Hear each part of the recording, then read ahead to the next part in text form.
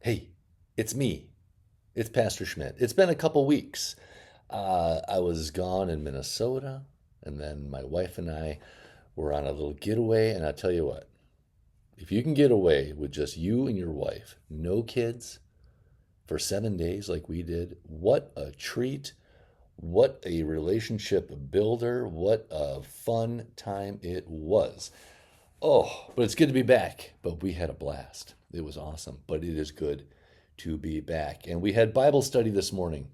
And we had a great discussion about what we read from First Timothy chapters 1 and 2. And eventually, somebody from Bible study was very honest and said, Pastor, some of these verses are so good. And I wish I had them in my head. What do I have to do to make sure when I'm witnessing to somebody that I have this verse in my head? And then they confess, because the older we get, the tougher it is to remember. And I, of course, said, well, I'm an old man of 54 years, and I can relate with you. It's not easy to remember things. So what I have to do is just repeat, repeat, repeat, and then repeat again. If I want to remember something, anything, a German word from my devotion, a list of things that I have to do, I usually write it down too, or a Bible verse, I have to repeat it and repeat it and repeat it. That's how life is. That's how our brains work. Repetition is the best thing. Which reminds me of what I tell confirmation classes, at least the first few weeks. I give them this lecture. I say, hey, how many days in a week? And they, of course, say 7. And I say, how many hours in a day? And they say 24. And then we multiply 24 times 7, which equals 168 hours. We have 168 hours in a week. And they're looking at me like, what are you doing? I'm like, okay, just bear with me. How many minutes in an hour? 60. And then we multiply 168 times 60. And that, of course, is 10,080.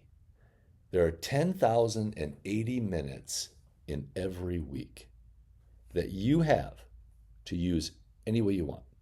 We talk about the responsibilities that 7th and 8th graders have, as far as homework and friends and being with family and sleeping and being in school and all that stuff. But even after subtracting all of those things, they still have a lot of minutes in their day.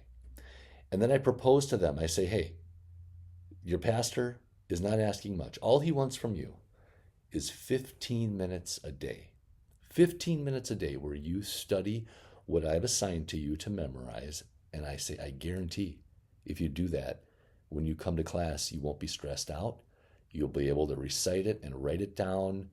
Great. Everything will be fine. And they put it to the test and they find out it's true. They need reminding all the time about these 15 minutes. Excuse me, yeah, 15 minutes a day that I'm asking for. So I'm talking to you guys now, and you're out of confirmation class. You want to memorize stuff?